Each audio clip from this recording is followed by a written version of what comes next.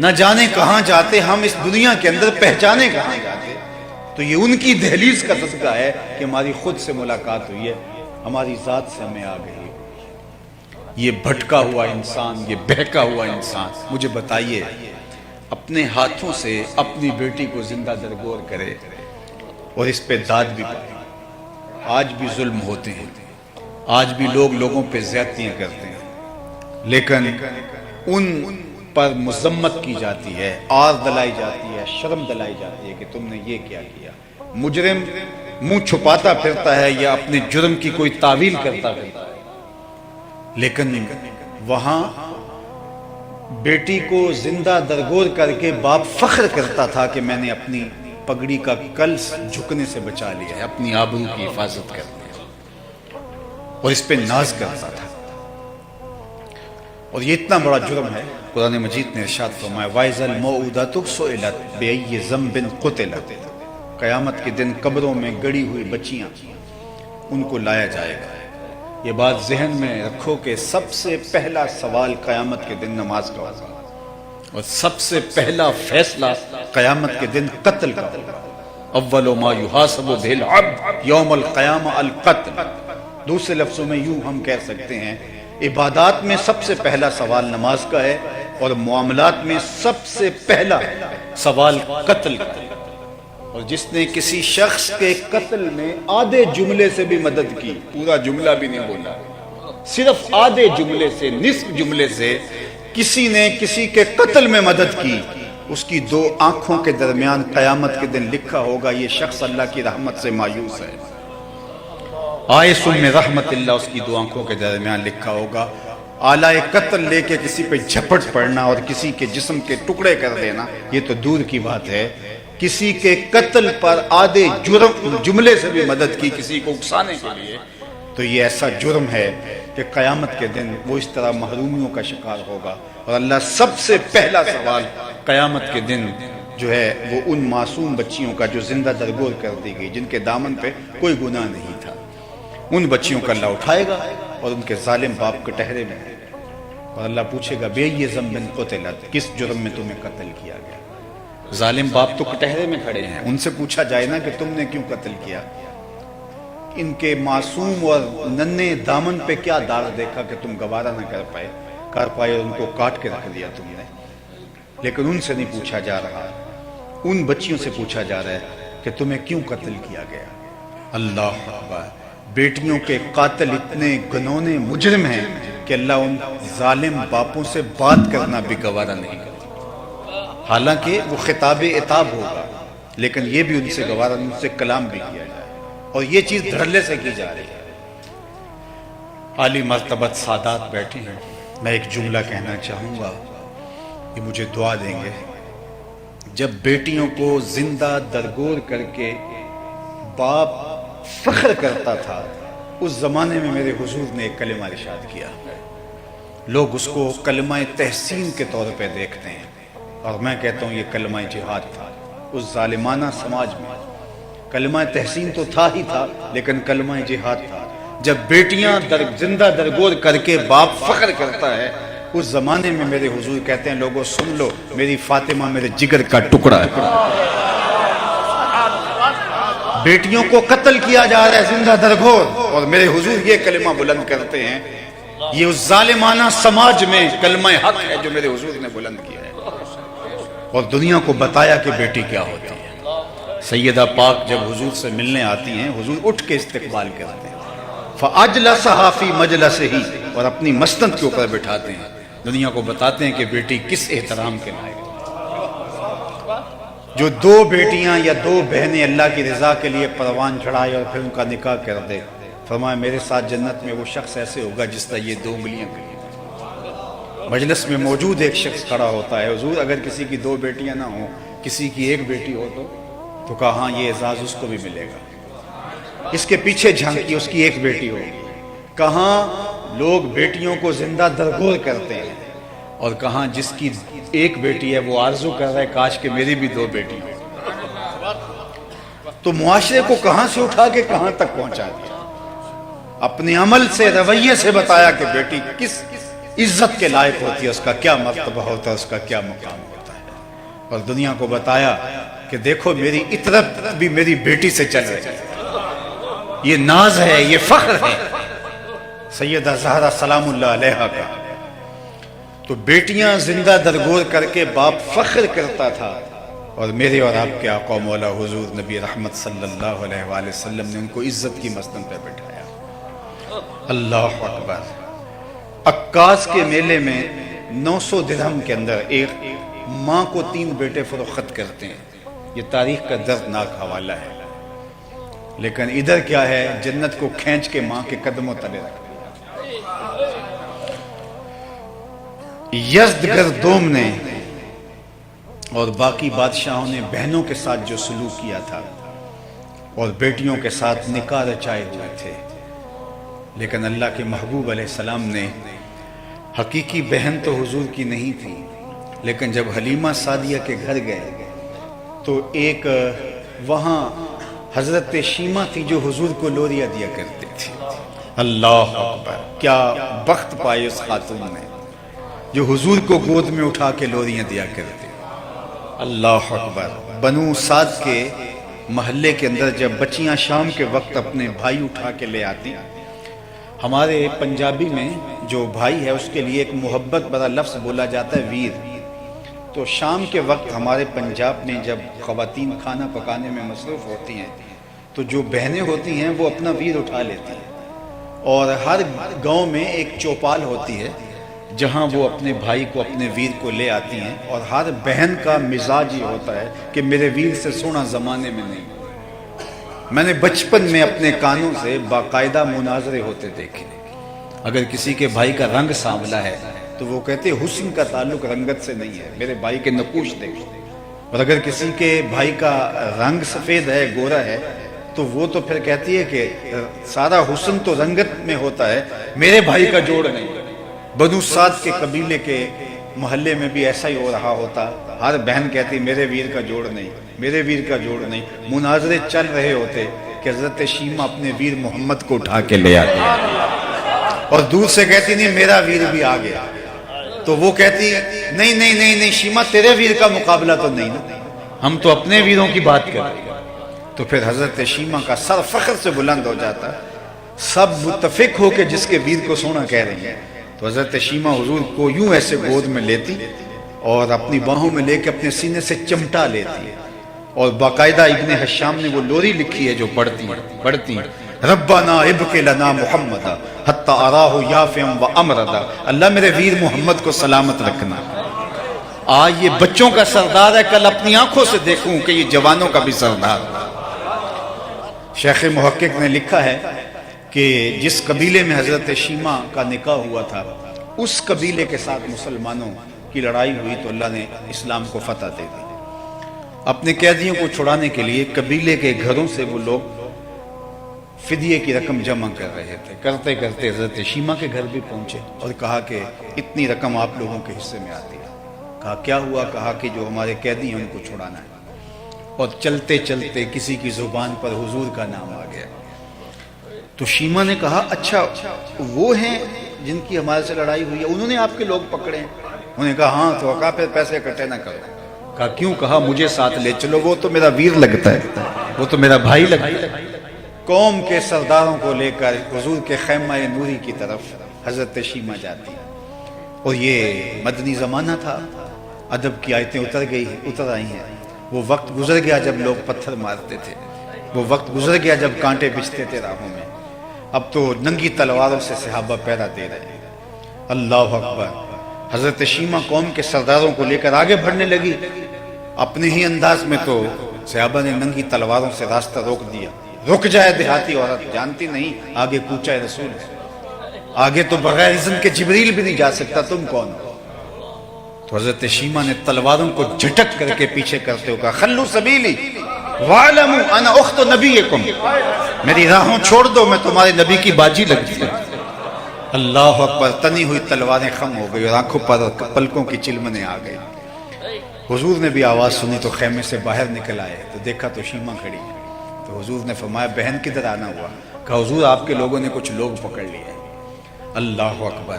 تو چھڑانے آئی ہے۔ تو آقا کریم نے فرمایا بہن تو نے زحمت کیوں گوارا کی، تو پیغام دیتی میں چھوڑ دیتا۔ بہنیں جب بھائیوں کے دروازے پر آئیں تو بھائی خالی نہیں موڑا کرتے۔ حضور نے کچھ گھوڑے چند جوڑے اور بہت سارے تحائف دیے۔ اللہ اکبر، دنیا کو بتایا کہ بہن کہاں ہوتی ہے۔ میں آپ سے پوچھتا ہوں، جس معاشرے میں بہن کو بھی کاٹ دیا جاتا ہو کہ کل میرا کوئی بہنوئی نہ ہو، بیٹی کو زندہ درگور سکا باپ کرتا ہو، حقیقی باپ زندہ درگور کر دیتا ہو، اور مائیں بازاروں میں بکتی ہوں، منڈیوں میں فروخت ہوتی ہوں، مجھے بتاؤ اس زمانے میں بیوی کا حال کیا ہوگا؟ آج کے مہذب دور میں بھی ایسے لوگ موجود ہیں، ایسے علاقے موجود ہیں جو بیوی کو پاؤں کا جوتا کہتے ہیں، جبکہ باقی رشتوں کا تقدس آج ہم دیکھتے ہیں۔ میں نے لوگوں کو بیٹیاں رخصت کرتے دیکھا ہے اور ان کی آنکھوں میں چمکتے ہوئے آنسو دیکھے ہیں۔ بہنوں کو رخصت کرتے ہوئے بلک بلک کے روتے میں نے بھائی دیکھے۔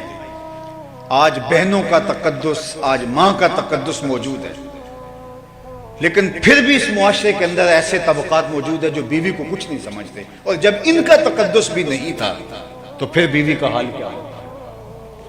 لیکن میرے حضور نے ازواج مطہرات کے ساتھ جو سلوک کیا زمانے کے سامنے، جب حضور کا وصال ہوتا ہے اس وقت حضور علیہ السلام کے نکاح میں 9 ازواج تھی، کسی ایک کو بھی حضور پہ شکایت نہیں۔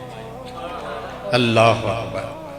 ام المومنین حضرت عائشہ رضی اللہ تعالی عنہا کو حضور حمیرہ کہہ کے پکارتے تھے، لاڈ سے حمیرہ کہہ کے پکارتے، اور لاڈ کا عالم یہ تھا، صحیح بخاری میں روایت موجود ہے، حضور نے فرمایا عائشہ جب تم مجھ سے ناراض ہوتی ہو تو مجھے اس وقت بھی پتہ ہوتا ہے، اور جب عام حالت ہوتی ہے تو اس وقت بھی پتہ ہوتا ہے۔ تو عرض کی کہ حضور کیسے؟ فرمایا جب کوئی تمہارے دل میں ایسی بات ہوتی ہے تو اس وقت جب قسم کی نوبت آ جائے باتوں میں تو تم کہتی ہو لا ورب ابراہیم، مجھے ابراہیم کے رب کی قسم، اور جب ایسا معاملہ نہیں ہوتا تو قسم کی نوبت ہو تو تم کہتی ہو لا ورب محمد، مجھے محمد کے رب کی قسم۔ تو یہ اس بات کا سائن ہے کہ آپ کے دل میں کوئی ناراضگی جو ہے وہ موجود ہے۔ اللہ اکبر۔ ام المومنین کیا جواب دیتی ہے؟ لا احجر الا اسمک، حضور نام چھوڑتی ہوں دل میں آپ ہی بستے ہیں۔ تو ازواج کے ساتھ حضور علیہ السلام کی یہ شفقت، خیرکم لأہلی وانا خیرکم لأہلی، تم میں سے بہتر وہ ہے جو اپنے اہل خانہ کے ساتھ بہتر ہے، اور میں تم میں سب سے زیادہ اپنے اہل خانہ کے ساتھ بہتر۔ حضرت خدیجہ الکبریٰ رضی اللہ تعالی عنہا کے ساتھ حضور کی محبت کا ربط و رشتہ زمانہ اس کو کیسے فراموش کر سکتا ہے؟ ان کے وصال کے بعد اس سال کو عام الحزن کا نام دیا، دکھوں بڑا سال، صدمے کا سال بنا دیا۔ اللہ اکبر، کتنا صدمہ محسوس کیا۔ اور سیدہ ام المومنین عائشہ رضی اللہ تعالیٰ عنہ فرماتی ہیں حضور جانور ذبح کرتے اور گوشت کے مختلف ٹکڑے ان کی سہیلیوں کے گھروں میں بھیجتے، اللہ اکبر، تاکہ ان کو آسودگی و خوشی ہو۔ میرا ان سے جو رشتہ تھا مجھ سے نہ رہا گیا، میں نے ایک دن کہہ دیا حضور اللہ نے آپ کو بہتر ازواج دے دی، اور آپ بار بار اس خاتون کا ذکر کرتے ہیں بڑھاپے کی وجہ سے جس کے ہونٹوں کے گوشے رنگ بدل گئے تھے۔ تو آقا کریم نے فرمایا عائشہ مجھے خدیجہ کے بارے تکلیف نہ دو، جب پورے مکے نے میرا انکار کر دیا تھا اس نے میرا اقرار کیا تھا، میں اس کا ذکر کیسے چھوڑ سکتا ہوں؟ تو یہ تھا حضور علیہ السلام کا رویہ اپنی ازواج کے ساتھ، دنیا کو بتایا کہ جو ہے وہ زوجہ کس مقام پہ ہوتی ہے اور کس جو ہے وہ مرتبے پہ ہوتی ہے۔ معاشرے میں قرآن بتاتا ہے فَذَلِكَ الَّذِي يَدُعُ الْيَتِيمَ، یہ وہ بد نصیب شخص ہے جو یتیم کو دھکے دیتا ہے۔ قرآن نے ایسے ہی نہیں کہا، وہ یتیم کو عملاً دھکے دیا کرتے تھے۔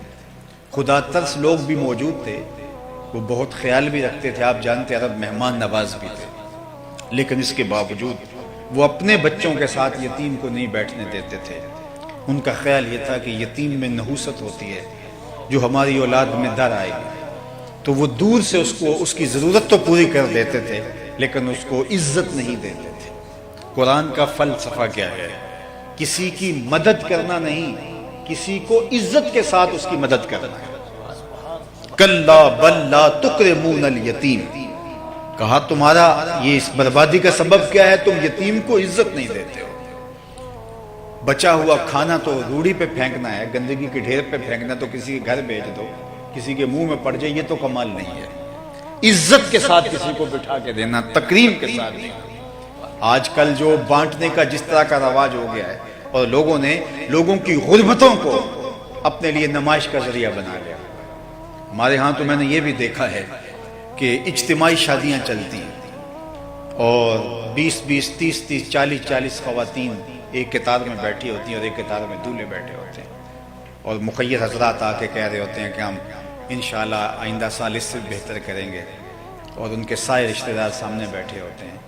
میں صرف اتنا سوال ان لوگوں سے پوچھتا ہوتا ہوں کہ اگر غربت کی وجہ سے تمہاری بیٹی کو یہاں بیٹھنا پڑ جائے اور یہاں سے روانہ ہونا پڑے, کیا تم گوارا کرو گے؟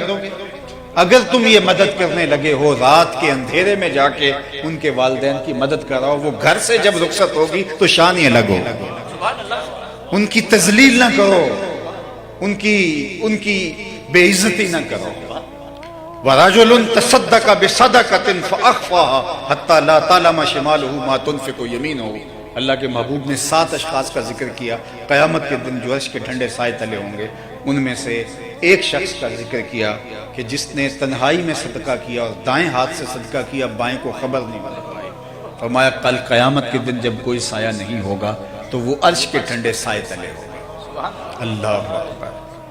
آپ اعلانیہ صدقہ بھی کریں, قرآن نے اس کا بھی کہا ہے, لیکن کسی مسجد کے لیے مانگا جا رہا ہے, کسی تنظیم کے لیے مانگا جا رہا ہے, جامعہ کے لیے مانگا جا رہا ہے, کسی فلاحی تنظیم آپ سے اجتماعی طور پہ کچھ طلب کر رہی ہے, آپ اعلانیہ کرو, دوسروں کو ترغیب ہو, لیکن کسی فرد کو جب آپ دو تو اس وقت اخفا کرو تاکہ اس کی عزت نفس کہیں مجروح نہ ہو. ہمارے دین نے ہمیں یہ سکھایا ہے, دینے کی بات نہیں. آج تو ایک زمانہ ہوتا تھا نیکی کر دریا میں ڈال, آج کہتے ہیں نیکی کر اخبار میں ڈال, بلکہ اب اس سے بھی آگے چلا گیا, نیکی کر فیس بک میں ڈال. وہ ایک آپ نے سوشل میڈیا پہ گھومتی تصویر دیکھی ہوگی کہ ایک آٹے کی بوری ہے اور 5 آدمی ایک بیوہ عورت کو دے رہے ہیں. یہ تذلیل ہے. یتیم کی مدد کرنا, اس کو کھانا دینا یہ اور بات ہے, لیکن اس کی تکریم کرنا یہ اور بات ہے. فَذَلِكَ الَّذِي يَدُعُّ الْيَتِيمَ, وہ کھانا دیتے تھے لیکن اپنی اولاد کے ساتھ نہیں کھیلنے دیتے تھے کہ نحوست نہ دار آئے. لیکن میرے اور آپ کے آقا و مولا نے کیا, میں اور یتیم کی کفالت کرنے والا قیامت کے دن اس طرح لیڑے ہوں گے جس طرح یہ 2 انگلیاں قریب ہیں. یہ ہمارا دین ہے. اس کائنات میں سب سے اچھا گھر کون سا ہے, سب سے بہتر گھر کون سا ہے؟ کسی نے کہا جناب جو برلب سڑک ہے وہ گھر اچھا ہے, آنے جانے کی سہولت اچھی رہتی ہے. کسی نے کہا جو شہر کے مرکز میں ہوگا وہ گھر اچھا ہوگا. کوئی بولا جناب کوئی عالی نسب سوسائٹی کے اندر اگر گھر ہے تو وہ گھر اچھا ہے, وہاں انسان بہت محفوظ اپنے آپ کو فیل کرتا ہے. کسی نے کہا جناب جو ہے وہ دریا کنارے ہو, ساحل سمندر پہ ہو, وہ گھر اچھا ہے, وہاں خوب نظارے اور شفاف ہوا ملتی ہے. کسی نے کہا جو کشادہ ہو وہ اچھا ہے. کسی نے کہا جو پہاڑ کی چوٹی پہ ہو اور نیچے کے سارے نظارے جو ہے وہ دل اور روح کے قرار کا سبب بنے اور آنکھوں کو تراوت ملے, وہ گھر اچھا ہے. لیکن ہم نے حضور سے پوچھا تو آقا کریم نے فرمایا بہترین گھر وہ ہے جس میں یتیم رہتا اور اس کی عزت بھی ہوتی ہے, چاہے وہ 2 مرلوں کا جھونپڑا کیوں نہ ہو, جس میں ساتھ شرط لگائے جس میں یتیم بھی رہتا ہو اور اس کی عزت بھی ہوتی ہے اس گھر کے اندر.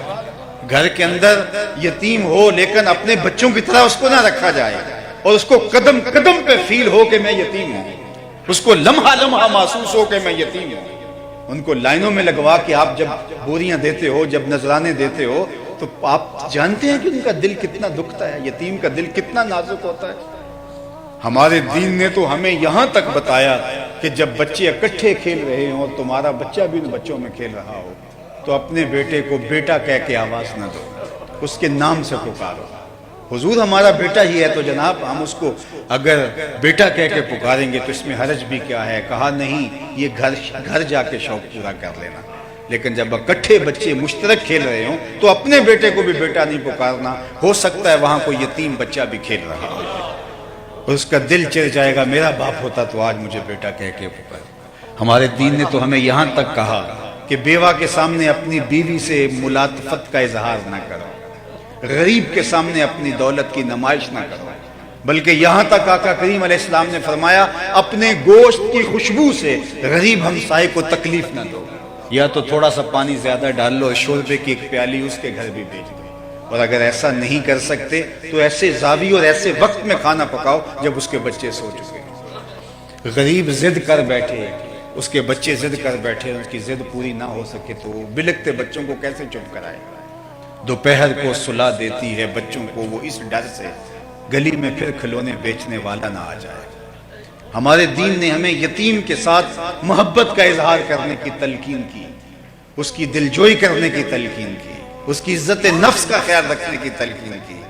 کہاں یتیم دھکے کھاتا پھرتا تھا اور اس کو دھکے دیے جاتے تھے، اور کہاں یتیم کو عزت کی مسند پہ بٹھا دیا، اللہ اکبر، وقار کی مسند پہ بٹھا دیا۔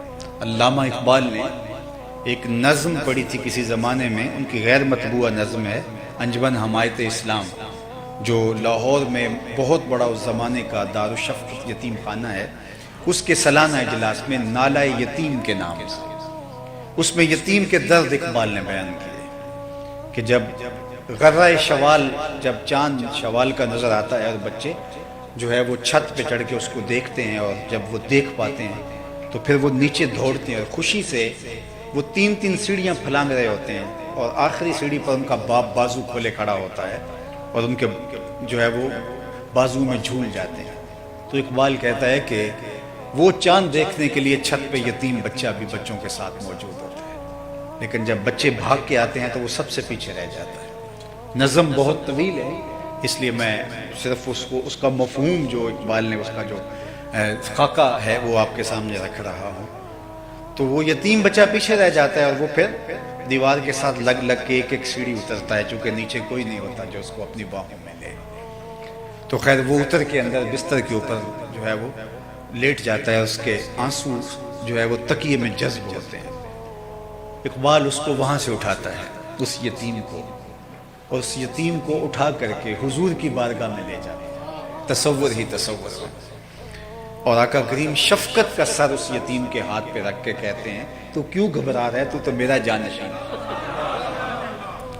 اور پھر امت کی طرف حضور مخاطبت فرماتے ہوئے امت کو کہتے ہیں کہ اس کی کفالت تمہارا ذمہ ہے، اس لیے کہ یہ میرا جانشین ہے۔ تو وہاں جو اقبال نے آخری شعر کہا کہ گر تم سمجھو تو 100 باتوں کی یہ ایک بات ہے، آبرو میری یتیمی کی تمہارے ہاتھ۔ تو امت کو ایسا درس دیا، اور آج اللہ کا شکر ہے امت یتیم کے لیے جو دل میں نرمی، جو گداز، جو محبت رکھتی ہے، آج غزہ کے بلکتے یتیموں کے لیے ہمارے دل تڑپ رہے ہیں، ہماری آنکھیں برس رہی ہیں، ہم بیتاب ہیں، اس لیے کہ یہ امت یتیموں سے بھر گئی ہے، جگہ جگہ یتیم پھیل گئے ہیں۔ دعا کریں اللہ اس امت کو غلبہ نصیب فرمائے۔ ایک فارسی شاعر ہے جس کے شعر کا مفہوم یہ ہے کہ جب ہم چمن میں آئے تھے تو بہار جا چکی تھی، اور ہم اب بوڑھے ہو گئے ہیں اور چمن سے نکلنے والے ہیں، اور ابھی تک جو ہے وہ خزاں ہی ہے، بہار آئی نہیں۔ تو ہم نے تو جب سے آنکھ کھولی ہے خزاں کا دورہ دیکھا ہے، اس امت کو کٹتے، لٹتے، پٹتے اور خانمہ برباد دیکھا ہے۔ اللہ امت کے لیے وہ وقت جلد نصیب فرمائے کہ یہ امت پھر بانک پن کی طرف جائے۔ اور میں سمجھتا ہوں کہ آج امت کا یہ حال ہمارے گناہوں کی شامت اور ہماری سستی اور کوتاہیوں کا نتیجہ ہے۔ اقبال نے بھی جب شکوے کی زبان کھولی تو اس کا لہجہ بہت تلخ ہو گیا تھا، شکوہ جواب شکوہ، اس پر پھر فتوے بھی متوجہ ہوئے تو لہجہ اس کا سخت ہو گیا۔ صفائے دہر سے باطل کو مٹایا ہم نے، نوع انسانی کو غلامی سے چھڑایا ہم نے، تیرے کعبے کو جبینوں سے بسایا ہم نے، تیرے قرآن کو سینوں سے لگایا ہم نے، پھر بھی ہم سے گلہ ہے کہ وفادار نہیں، ہم وفادار نہیں، تو بھی تو دلدار نہیں۔ بہت سخت لہجہ ہو گیا آخر میں آگے، لیکن جب جواب آیا تو سارا نشہ اتر گیا۔ اب جواب ادھر سے آ رہا ہے، لفظ وہی ہے، صرف صیغہ بدلتا ہے، اب جواب ادھر سے آ رہا ہے۔ صفائے دہر سے باطل کو مٹایا کس نے، نوع انسانی کو غلامی سے چھڑایا کس نے، میرے قرآن کو سینوں سے لگایا کس نے، میرے کعبے کو جبینوں سے بسایا کس نے، تھے تو آبا وہ تمہارے ہی مگر تم کیا ہو، ہاتھ پہ ہاتھ درے منتظر فردا، ہر کوئی مست مئے ذوق تن آسانی ہے، تم مسلمان ہو یہ انداز مسلمانی ہے، حیدری فقر ہے نئے دولت عثمانی ہے، تم کو اسلاف سے کیا نسبت روحانی ہے، وہ معزز تھے زمانے میں مسلمان ہو کر، تم خار ہوئے تارک قرآن۔ ہماری پستی، زبوحالی، ذلت، رسوائی اور نکبت کا سبب یہ ہے ہم نے کتاب رحمت کو چھوڑ دیا ہے۔ آج تو ہمارے پاس صرف جو ہے وہ قرآن مجید قول و قرار کی نوبت آئے تو سر پہ اٹھا لیں کہ میں یہ جرم نہیں کیا یا فلاں نے یہ جرم کیا ہے۔ کیا قرآن اس لیے نازل ہوا تھا؟ ببندے صوفی و ملا اسیری، حیات از حکمت قرآن گیری، با آیاتش ترا کار جزی نیز، کیا یاسین وہ آساں بمیری۔ اقبال نے کہا کہ تو جاہل صوفی اور کاہل ملا کے ایسے پھندے میں پھنسا کہ تو نے قرآن سے زندگی تلاش نہیں کی۔ قرآن کی آیتوں سے تجھے صرف اتنا سروکار رہ گیا، جب تیرے بوڑھے کی روح اٹک گئی تو سورہ یاسین لے کے بیٹھ گیا کہ میں اس کی تلاوت کروں تو اس کی روح آسانی سے نکل جائے۔ اقبال کہتا ہے اس میں کوئی شک نہیں کہ اس کو فائدہ ہوتا ہے، لیکن مجھے افسوس ہوا کہ تو نے اس قرآن سے مرنا ہی سیکھا، کاش اس قرآن سے جینا بھی سیکھ لیا ہوتا۔ اس کا حرف حرف زندگی بخش ہے، لفظ لفظ حیات آفری ہے، گر تو می خواہی مسلمان زیستن، نیست ممکن جز قرآن زیستن۔ قرآن کے بغیر تو ایک قدم بھی نہیں اٹھا سکتا۔ اگر تمہاری اور میری زندگی اس پاکیزہ کتاب کے دائرے میں آ جائے تو ابھی حضرت قرآن مجید کی اس آیت کا حوالہ دے رہے تھے وَأَنْتُمُ الْعَالَوْنَ إِن كُنْتُم مُؤْمِنِينَ، اگر تم مومن بن کے رہو تو پھر سر بلند تم ہی رہو گے۔ اگر تم مومن بن کے رہو تو عزت کا تاج تمہارے ہی سر پہ رکھیں گے، سر خروئی تمہارا ہی مقدور ہوگا اگر تم مومن بن کے رہو۔ ان کنتم مومنون، اگر تم مومن بن کے رہو، ان کنتم مومنین، اگر تم مومن بن کے رہو تو پھر عزت کا تاج، کرامت کا تاج تمہارے سر پہ ہی رکھا جائے گا۔ لیکن ہم نے جب کتاب رحمت کو چھوڑ دیا تو آج 1 ارب 70 کروڑ مسلمان خانمہ برباد ہیں، اور ہماری جو صورتحال ہے وہ ہمارے سامنے ہے۔ گلی گلی رسوائیوں کی داستانیں، اور یہ سلسلہ بڑھتا ہی چلا جا رہا ہے۔ تو میرے اور آپ کے آقا و مولا حضور نبی رحمت صلی اللہ علیہ وآلہ وسلم نے آ کے زمانے کے رنگ ہی بدل دیے۔ وہ رشتے جن کو تقدس نہیں تھا، غلام آقا کے جوتے دھوپ سے اٹھا کے چھاؤں میں رکھ دے تو آقا اس پہ بھی کوڑے مارتا کہ تو نے میرے جوتے میرے پوچھے بغیر چھوئے کیوں ہیں، تو یہ تیری اوقات کب ہوئی تھی کہ میرے جوتے میرے پوچھے بغیر ان کو چھو بھی سکے، ہاتھ بھی لگا سکے۔ وہ لا کہے جناب دھوپ میں خراب ہو رہے تھے اس لیے میں نے چھاؤں میں رکھ دی، اور آقا اس پہ بھی ناراض ہوتا، چونکہ غلام کی تو کوئی رائے نہیں ہوتی۔ غلامی کیا ہے؟ ذوق حسن و زیبائی سے محرومی، جسے زیبا کہیں آزاد بندے ہیں وہی زیبا۔ بھروسہ کر نہیں سکتے غلاموں کی بصیرت پر کہ دنیا میں فقط مردان حر کی آنکھ ہے۔ غلام کی کیا ہوگا؟ وہ آقا کے جوتے بھی دھوپ سے اٹھا کے چھاؤں میں رکھنے کا روادار نہیں، اس پہ بھی کوڑے کھائے۔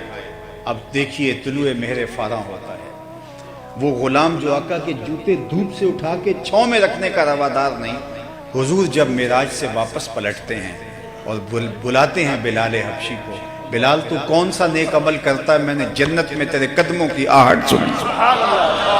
کیا خیال ہے اس ایک جملے نے دور غلامی کی ساری تھکن اتار نہیں دی ہوگی؟ اور بلال فرش سے اٹھ کے فراز عرش پہ نہیں پہنچ گیا ہوگا کہ جو آقا کے جوتے بھی نہ چھو سکے، اس کو دو جہاں کا مختار کہہ رہا ہے کہ میں تیرے قدموں کی آواز جنت میں سنی۔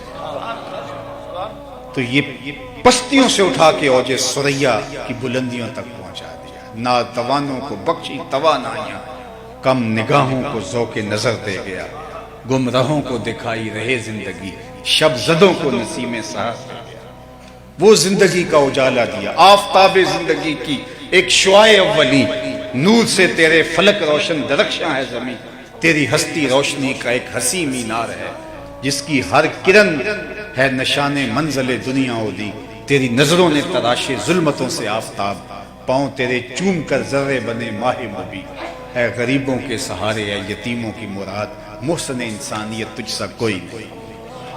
تو زندگی کا جتنا نور ہے حضور کی دہلیز سے۔ ایک اور جملہ کہنا چاہوں گا، اور وہ یہ، آپ کو خیر کی قدریں جہاں بھی ملیں، چاہے کسی کفر کے معاشرے میں ملیں، وہ حضور کے قدموں کے صدقے سے۔ آج جہاں بھی روشنی ملے، جہاں بھی نور ملے، جہاں بھی خیر ملے، وہ خیر، وہ نور، وہ روشنی میرے حضور کی دے، میرے حضور کی عطا ہے۔ اور آج زمانے کے اندر یہ جو ترقی آپ دیکھ رہے ہیں، یہ عروج دیکھ رہے ہیں، یہ حضور علیہ السلام کے غلاموں کا بانٹا ہوا ہے۔ جب مسلمانوں نے آ کے چراغ علم روشن کیا اندلس کے اندر، آپ تاریخ پڑھیں کہ اس زمانے میں لوگ سواد آشنا بھی نہیں تھے۔ شارلمان اور اس کے لارڈز ابھی دستخط کرنے کی مشق کر رہے تھے کہ ابن حزم کے قلم سے 1000 کتابیں نکل چکی۔ یہ ہماری تاریخ ہے۔ پیرس کی گلیوں میں ابھی کیچڑ تھا کہ بغداد عروس البلاد کہلاتا تھا۔ یہ ہماری تاریخ ہے۔ لیکن ہم جب خود اپنے آپ کو گرانے پہ تلے ہوئے ہیں تو پھر ہمیں کوئی نہیں اٹھا سکتا۔ اللہ تعالیٰ کا قانون یہ ہے کہ وہ خدائے زندہ زندوں کا خدا ہے۔ جو خود محنت کر کے آگے بڑھتا ہے تو اللہ اس کو راستے دیتا ہے، بلکہ لَنَهْدِيَنَّهُمْ سُبُلَنَا، ایک نہیں کئی راستے دیتا ہے۔ لیکن جو سکڑ کے گھر بیٹھ جائے تو پھر اس کو مٹا دیا جاتا ہے، اس کا عروج زوال میں بدل دیا جاتا ہے۔ ہم سرخرو تھے، لیکن جب ہم تن آساں ہو گئے تو پھر ہمارا یہ حال ہو گیا۔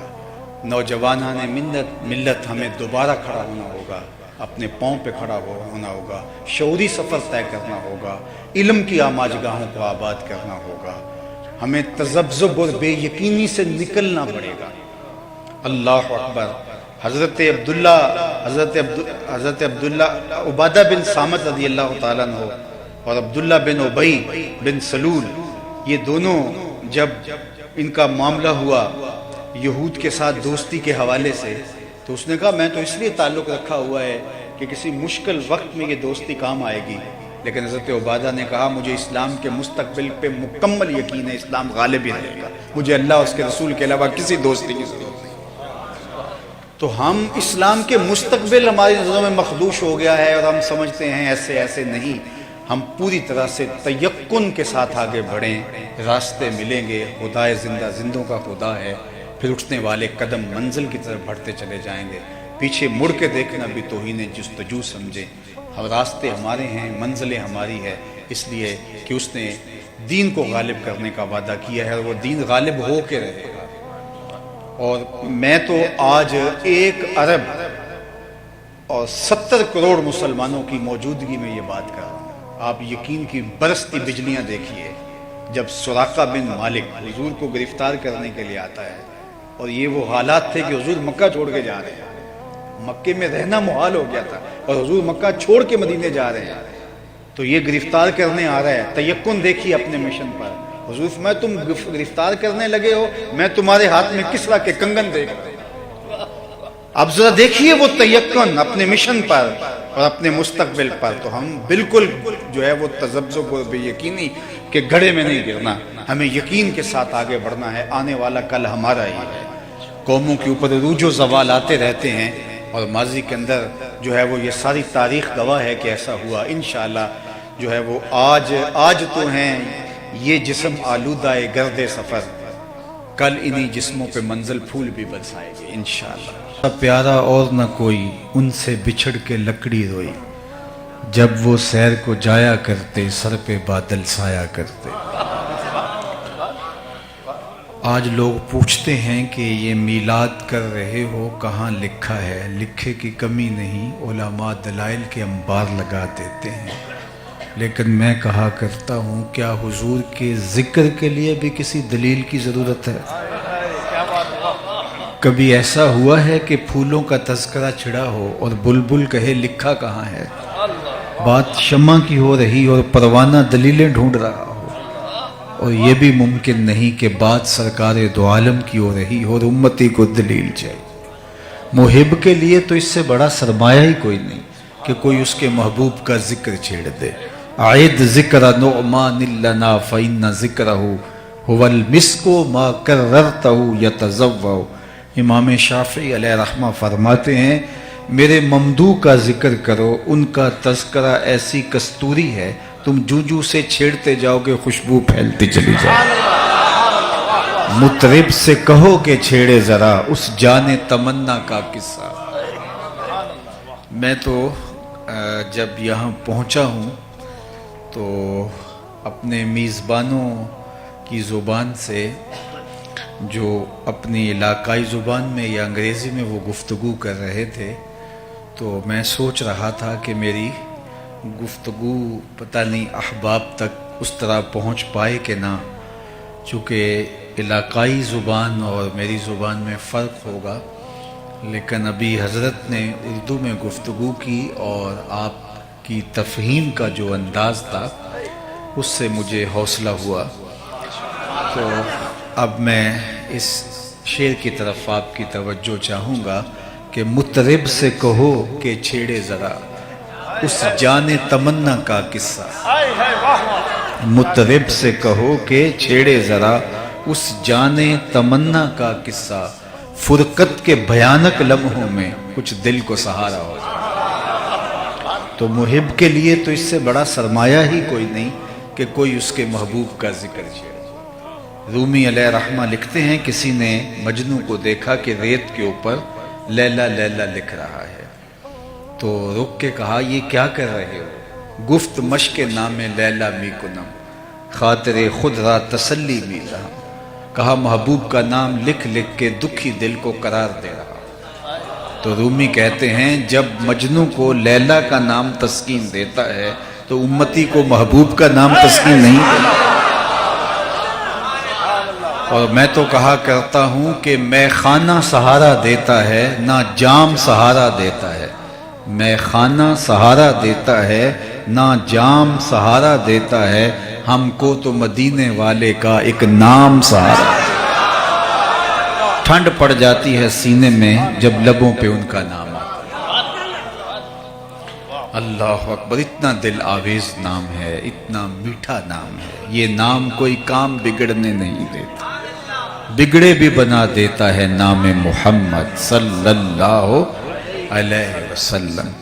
حضرت شیخ مہدی الفاسی مطالع المسرات شرح دلائل الخیرات میں لکھتے ہیں حضور کا ذکر سن کر جس شخص کے کلیجے میں ٹھنڈ نہیں پڑتی اس کے سینے میں دھڑکنے والا دل کسی مومن کا دل ہی نہیں. یہ ہو ہی نہیں سکتا کہ ذکر حضور کا ہو صلی اللہ علیہ وآلہ وسلم کا اور دل کو قرار نہ پہنچے، دل کو تسکین نہ ملے. تو اللہ نے مجھے اور آپ کو یہ سعادت عطا کی ہے کہ جب آپ کا نام آتا ہے تو ہمارے چہرے گلاب کی طرح کھل جاتے ہیں، سینوں میں تراوت، ٹھنڈک، تسکین محسوس کرتے ہیں کہ ان کا مبارک نام آیا. تو آج ہم اسی لیے جمع ہوئے. آؤ میں پہلے آپ کو ایک خوبصورت مجلس میں لیے چلتا ہوں جس کو منعقد ہونے کے لیے مسجد نبوی کا صحن میسر آیا. صحاح میں روایت موجود ہے آقا کریم علیہ السلام حجرہ انور میں تشریف فرما تھے اور صحابہ مسجد نبوی میں ایک مجلس بپا کر رکھی تھی. تو ابھی مجلس جاری تھی کہ حضور حجرہ انور سے نکلے اور خرامہ ادھر تشریف لے آئے جہاں حضور کے اصحاب مجلس بپا کیے ہوئے تھے. تو آقا کریم علیہ السلام تشریف لا کے ارشاد فرمایا ما اجلسکم، صحابہ یہ جلسہ کاہے کا ہے، کیوں بیٹھے ہوئے ہو؟ تو انہوں نے جو جواب دیا وہ سنیے. جلسنا نذکر اللہ ونحمدہ علی ما ہدانا لدینہ ومن علینا بک. حضور ہمارے بیٹھنے کا مقصود یہ ہے کہ ہم اللہ کی حمد بیان کر رہے ہیں، اس کا شکرانہ ادا کر رہے ہیں اس بات پر کہ اس نے ہمیں ہدایت دین عطا کی، اور اس بات پر اس کا شکرانہ ادا کر رہے ہیں کہ آپ کی صورت میں ہمارے اوپر انعام فرمائے. ہمارے بیٹھنے کا مقصود یہ ہے، آج ہمارے جلسے کا مدعا یہ ہے کہ دین اسلام کا نصیب ہو جانا، اس پر اللہ کی حمد بول رہے ہیں کہ مالک تو نے کرم کیا، ہمیں دین کی ہدایت عطا کی اور ہمارے اوپر یہ احسان فرمایا کہ ہمیں محمد عربی عطا کر. میں نے کتب میں 12 نبیوں کی آرزویں پڑھی ہیں جنہوں نے حضور کی امت میں ہونے کی آرزو، تمنائیں کرتے رہے، آرزویں کرتے رہے. ہم نے کوئی تمنا تو نہیں کی، کوئی آرزو تو نہیں کی. آغوش مادر میں آنکھ کھولی، ہمارے والد صاحب مسجد سے مولانا کو بلا لائے، انہوں نے کان میں اذان دی اور مبارک دیتے ہوئے کہا مبارک کو تو حضور کا غلام بن کے آیا. شاہوں سے ملا ہے نہ تونگر سے ملا ہے، اللہ کا عرفان اسی در سے ملا ہے. اوروں کو ملا ہے تو مقدر سے ملا ہے، مجھ کو تو مقدر بھی تیرے در سے۔ یہ میری خوش قسمتی میں تیرا امت، یہ میرے بخت، یہ میرا مقدر کہ میں آپ کا غلام ٹھہرا۔ اللہ اکبر۔ ایک فارسی شاعر کا ایک مصرع ہی دیکھ لیجئے کہ بری ناظم کے ہستم امتے تو، بری ناظم کے ہستم امتے تو، میں اس بات پہ فخر کرتا ہوں کہ حضور میں آپ کا امتی ہوں۔ بری ناظم کے ہستم امتے تو، گناہ گارم و لیکن خوش نصیبہ، گناہ گار ہوں لیکن خوش بخت ہوں کہ میں آپ کا غلام ٹھہرا۔ تو یہ میرے اور آپ کے کا شرف ہے، میرا اور آپ کا اعزاز ہے کہ ہم حضور علیہ السلام کے امتی ہیں۔ محمد جان جانا ہے، پیغمبر ہو تو ایسا ہو، رسولوں کی بشارت سے مبشر ہو تو ایسا ہو، امر توقیر کا سب کو مؤکر ہو تو ایسا ہو، کیا ہم کو غلام ان کا مقدر ہو تو ایسا ہو۔ کہا حضور ہم اس بات پر اللہ کا شکر ادا کر رہے ہیں کہ اس نے ہمیں ہدایت دین عطا کی، وَمَنَّ عَلَيْنَا بِكَ، اور آپ کی صورت میں ہمارے اوپر احسان فرمایا۔ میں آپ سے پوچھوں کہ آپ یہاں کیوں بیٹھے ہیں تو آپ کہیں جناب حضور کا ذکر سننے کے لیے تو بات وہیں ختم ہو جاتی ہے، لیکن حضور علیہ السلام نے فرمایا صحابہ کیا تم مجھے اس بات پہ حلف دے سکتے ہو کہ اسی لیے بیٹھے ہو، تمہارے بیٹھنے کا کوئی اور مقصد نہیں ہے؟ تو صحابہ کو حیرت کا جھٹکا تو لگا کہ یہ حلف والی بات تو نہیں عمومی طور پہ، لیکن حضور نے پوچھا تو کہا جی حضور ہم حلف دیتے ہیں، قسم اٹھاتے ہیں۔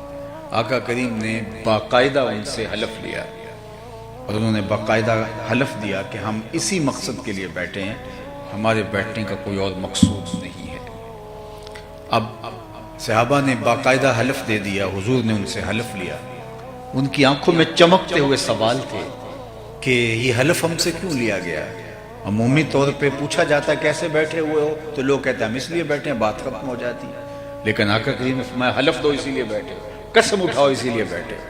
تو صحابہ نے قسم اٹھائی، لیکن سوال تو جو ہے وہ ان کے چہروں پر تھے، ان کی آنکھوں میں سوال چمک رہے تھے۔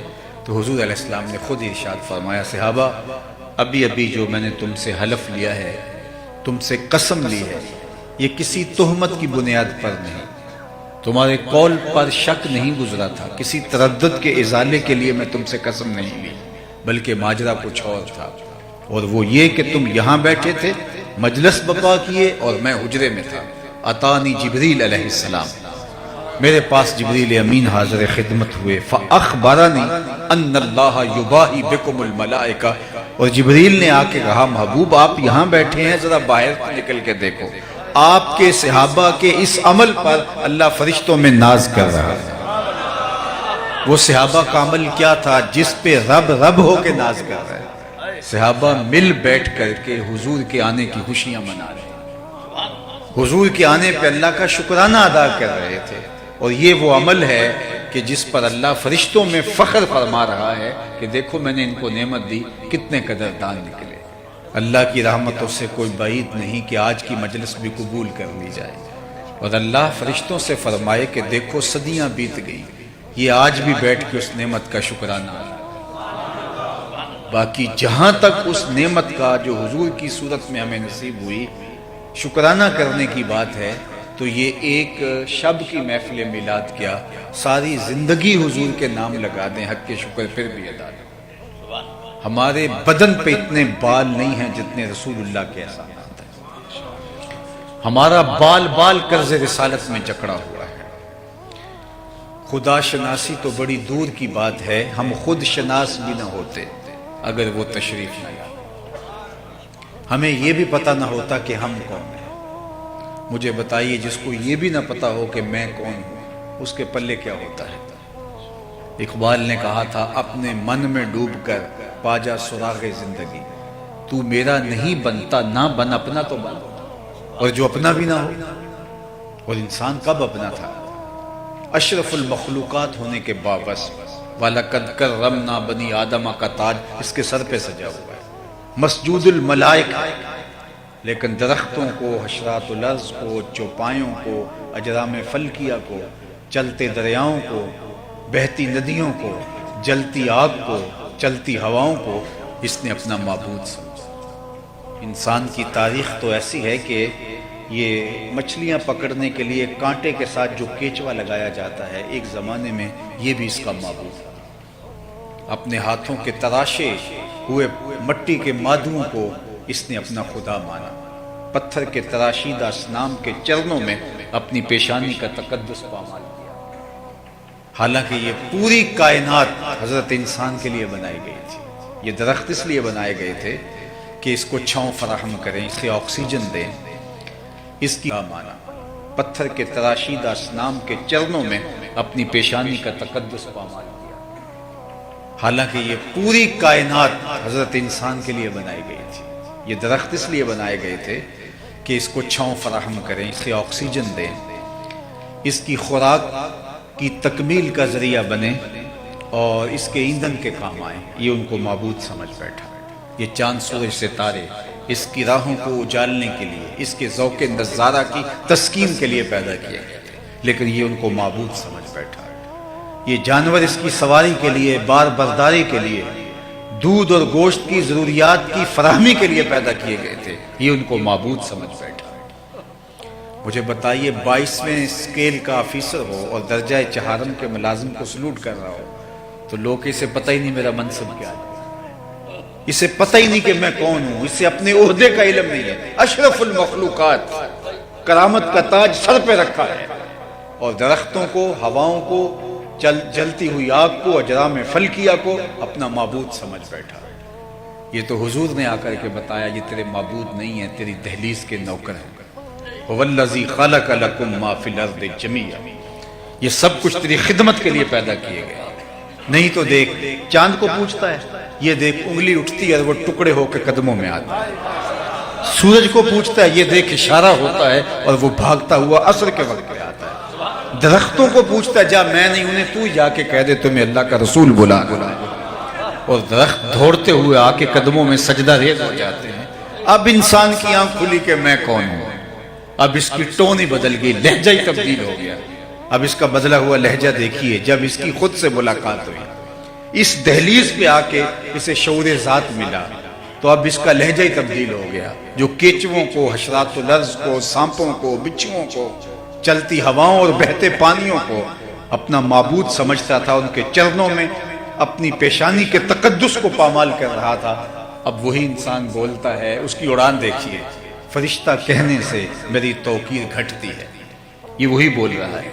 فرشتہ کہنے سے میری توقیر گھٹتی ہے، میں مسجود ملائک ہوں، مجھے انسان رہنے دو۔ اب اسے سمجھ آئی ستاروں سے آگے جہاں اور بھی۔ اب اس کی آنکھ کھلی، کانپتا ہے دل تیرا اندیشہ طوفان سے کیا، نا خدا تو، بحر تو، کشتی بھی تو، ساحل بھی تو، دیکھ آ کر کوچائے چاکے گریباں میں کبھی، کیس تو، لیلا بھی تو، صحرا بھی تو، محمل بھی تو، وائے ناکامی کہ تو محتاج ساکی ہو گیا، میں بھی تو، مینا بھی تو، مستی بھی تو، محفل بھی تو، آہ کس کی جستجو آوارہ رکھتی ہے تجھے، راہ تو، رہرو بھی تو، راہبر بھی تو، منزل بھی تو، بے خبر تو جوہر آئینہ ایام ہے، تو زمانے میں خدا کا آخری پیغام ہے۔